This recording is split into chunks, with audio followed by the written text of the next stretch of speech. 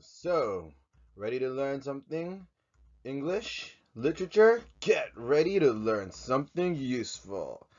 Alright, so I'm Mr. Ray the teacher. Please feel free to check out my videos. Don't forget to subscribe.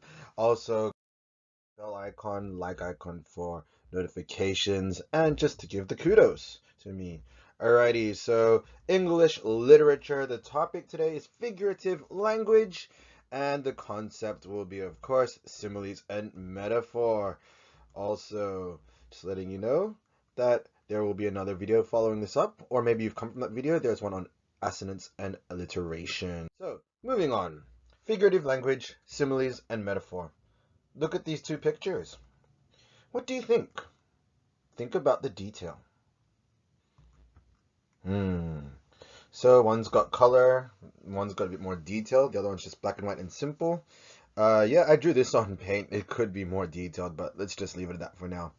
When writing a text, like a poem or a song or a story, it's great to abuse the senses. What does your character see, hear, taste, feel, or smell? What are they thinking about? How are they feeling? It makes for better reading. So, there was a happy man fishing. He was waiting to catch a fish. He waited a long time. 3 basic sentences captures that image quite well. The one on the left, that is this one here, which I'll use the laser pointer to point out here, this one. But if we look here, it's in glorious color, a lot more detail, relatively speaking. Bang, here we go. He waited in high anticipation for his fish, wondering when his fish would come. He felt weary, for he had skipped lunch. Out of desperation, he had used his last green gummy worm for bait. He was as hungry as a wild beast. He sat silently somehow, feeling strangely anxious, yet hopeful he would catch his fish. He was a lion waiting for his prey, dangling it as the fish darted around like a laser. He sat patiently as the sunlight glistened in the sky, providing him rays of hope as the birds flew by. There we go, some similes and some metaphors. As you can see, the green is a simile, the purple is a metaphor. We will explain that right up, coming next. So the one on the left, red ink, not bad. The one on the right, blue ink, much better. This is the standard that we're expecting here. Even better. This is just the basics, to be honest. So with the same events, we can write it like this, and again, you can hear the difference. This is because we use literary devices to create figurative language. That's where the line "a figure of speech" comes from. These are deliberate choices the author has made to paint a picture with words. So like if you're an author or you're writing a story, you can't exactly paint a picture for your respondent to look at. So you gotta give us a lot of detail so we can paint the picture in our mind with the words you write or tell us. Alrighty, so similes, comparing one thing with another using words like or as. And metaphors, they are a comparison, saying one thing is something else. So here are some examples of similes on the left. He eats like a fat pig. He is as fat as a pig. He is being compared to or being likened to as a pig. But if we're going to go to a metaphor, he is a fat pig. Look at that. He is the fat pig. So here we got 2 things. This one is, bang, just one solid item. Another one, he swims like a fish. He is as fast as a fish. So that is him. He's there. He's being likened to a fish. That's a simile. Now for a metaphor. He's a fish. See, he is a fish. Another simile, she is tall like a giraffe. She's as tall as a giraffe. So she is being likened to the giraffe. Or she's a giraffe. She is the giraffe. There is no like comparison with the usage of like or as. It's just saying she is. It is what it is. You could think about it in that sense. Alright, so there's the setup for you. You can just check that down. Feel free to screenshot this if you like. So basically, here's some other ones. Similes, he is as cool as a cucumber, or he swims like a chilled out turtle. You can also add noun groups. It's just not limited to nouns being described. Or she is a sneaky. So here it is again, that text you've seen. So when writing a story, remember that teachers and people read heaps. So you know what stands out amongst all the papers and creative writing pieces we read? Well, a twist ending that we did not see coming. It just spices things up. We all know that there's a happy ending or whatnot, your usual conclusion, but twist ending we didn't see coming, like those Midnight Shyamalan movies. Pretty kick, but now, do not do a Deus Ex Machina ending. For the love of whatever deity you believe in, please don't. If you don't know what it is, but you've seen, say, the clothing brand or whatever, it basically means just ending it all on the spot without actually wrapping up the story properly. So, for example, you've got a really good climax, and then, bang, it was all a dream. Or, and then I woke up. It's a real kick in the teeth, a real insult to us having put in the time to read your story, only to get the payoff being just that. So again, when answering your question or criticizing literature, which is what you do in English, back up your points. You can't just say your opinion blindly. Similar as in court, you do need evidence. Without reference to the text, you're just talking gobbledygook. Here you go, an example question. What can we tell about the man fishing?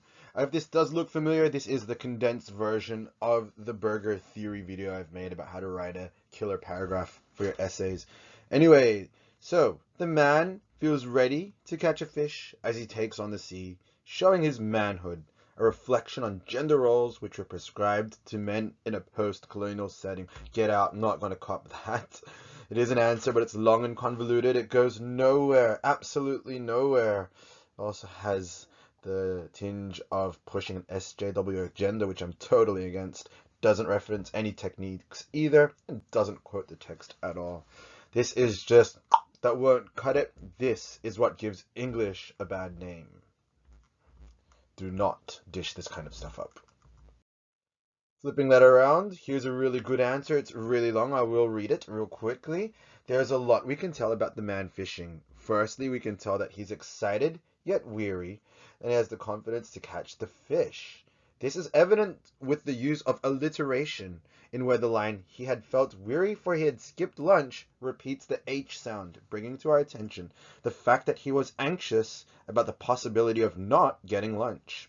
Furthermore, his hunger is highlighted by the repeated use of metaphor and similes, like he was as hungry as a wild beast, and he was a lion waiting for his prey. This, in turn, effectively creates the imagery of a man desperate to prove his manhood in his struggle against the battle to stay alive in a cruel postmodern world, as the parallels between a man fishing are made apparent through likening him to an animal hunting in the wild, and the struggles which are apparent when desperation strikes. So here we go. It answers the question, as you can see with these two lines. Now we've got techniques. I'm just going to quickly box them. Alliteration, repetition, so there's in repeated metaphor, similes, and imagery. We quote the text. We reference the text. We are not just cherry-picking random quotes.